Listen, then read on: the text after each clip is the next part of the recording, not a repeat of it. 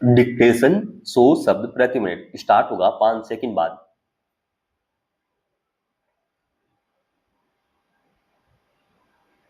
Start. हमारे देश में आज भी मानसिक स्वास्थ्य को लेकर गंभीरता कम ही नजर आती है। बच्चों की उदासी को, नखरे, चुप्पी को, जिद और चिड़चिड़ेपन को स्वभाव मानकर टाल दिया जाता है। बच्चों के साथ संवेदनहीनता तो और भी कई तरह के जोखिम पैदा कर सकती है। ऐसे में बच्चों का अकेलापन उन्हें डिजिटल मंचों पर परोसी जा रही विभिन्न सामग्री की ओर आकर्षित करने लगता है।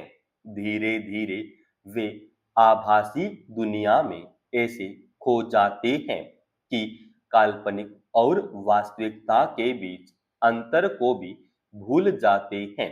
विशेषकर आजकल स्मार्टफोन में जिस तरह के ऑनलाइन खेल परोसे जा रहे हैं, उनसे बच्चों और किशोरों के मस्तिष्क पर गहरा प्रभाव पड़ता है। वे आभासी दुनिया को ही असलियत समझने लगते हैं और कई बार आत्मघाती कदम तक उठाने को तैयार हो जाते हैं।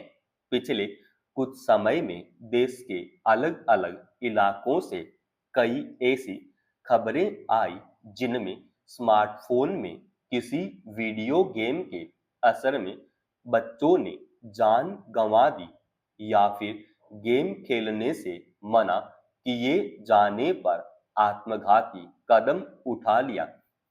कुछ वीडियो गेम ऐसे होते हैं जिनकी बच्चों को लत लग जाती है और उसमें दिए जाने वाले जोखिम भरे लक्ष्य उनके लिए घातक साबित होते हैं। भारतीय समाज में अधिकतर माता पिता यह मान लेते हैं कि अगर उनका बच्चा स्मार्टफोन के साथ घर के किसी कमरे में है तो वह सुरक्षित है, मगर उन्हें शायद इस बात का आभास नहीं होता है कि स्मार्टफोन के जरिए पूरी दुनिया उस कमरे में घुस आती है। यही नहीं, पढ़ाई, कैरियर और अनुशासन पर जोर देते देते कई बार बच्चों के साथ भावनात्मक संवाद भी छूट जाता है और यही चूक आगे चलकर जोखिमपूर्ण साबित हो सकती है। ऐसे में जरूरत इस बात की है कि माता पिता नियंत्रक नहीं, संवादक बने। बच्चे दिन भर की अपनी गतिविधियों में क्या कर रहे हैं, क्या देख सुन रहे हैं, यह जानना जरूरी है। अगर बच्चा स्मार्टफोन पर जरूरत से ज्यादा समय बिताने लगे तो उसके पीछे कारण को समझना भी अति आवश्यक है। आजकल आभासी दुनिया में ऐसे कई तरह के खेल परोसे जा रहे हैं जो बच्चों और किशोरों को आत्मघाती कदम उठाने के लिए उकसाते हैं। शुरू में ये खेल बहुत रोचक होते हैं, जिस कारण बच्चा उनमें फंसता जाता है। ऐसे खेलों के प्रति बच्चों का झुकाव उनके भीतर पनप रहे अकेलेपन और उदासी की ओर इशारा करता है। विशेषज्ञों के मुताबिक ऐसे संकेत लंबे समय से चल रहे मानसिक दबाव और भावनात्मक अलगाव का परिणाम होते हैं। अगर कोई बच्चा इस तरह के खेल में ज्यादा रुचि लेने लगे तो धीरे धीरे उसे आभासी दुनिया असल जिंदगी से ज्यादा वास्तविक लगने लगती है।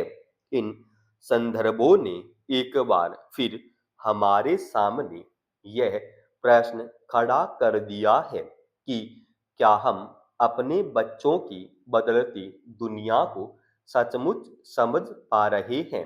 क्या हम उनसे इतना संवाद स्थापित कर रहे हैं कि वे बेझिझक अपने मन की उलझन हमसे साझा कर सकें।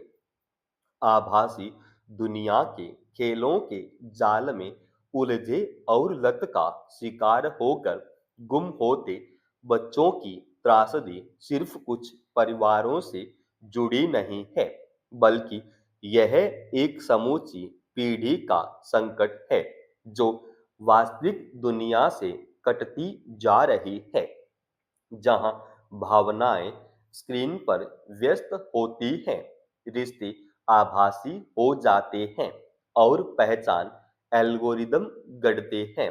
वह भी उम्र के बेहद नाजुक पड़ाव पर।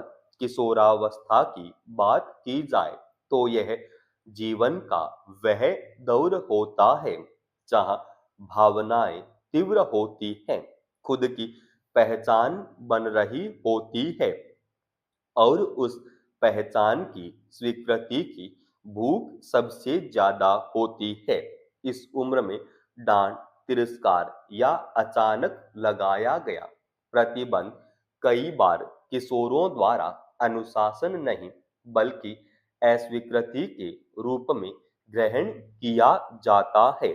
जब ऐसे समय में कोई किशोर खुद को घर, स्कूल या समाज में समझा हुआ महसूस नहीं करता, तो वह किसी ऐसे माध्यम की ओर आकर्षित होता है जहां उसे लगे कि उसकी भावनाओं को यहाँ समझा जाएगा, भले ही वह माध्यम ऑनलाइन खेल, सोशल मीडिया मंच या कोई आभासी समुदाय ही क्यों न हो।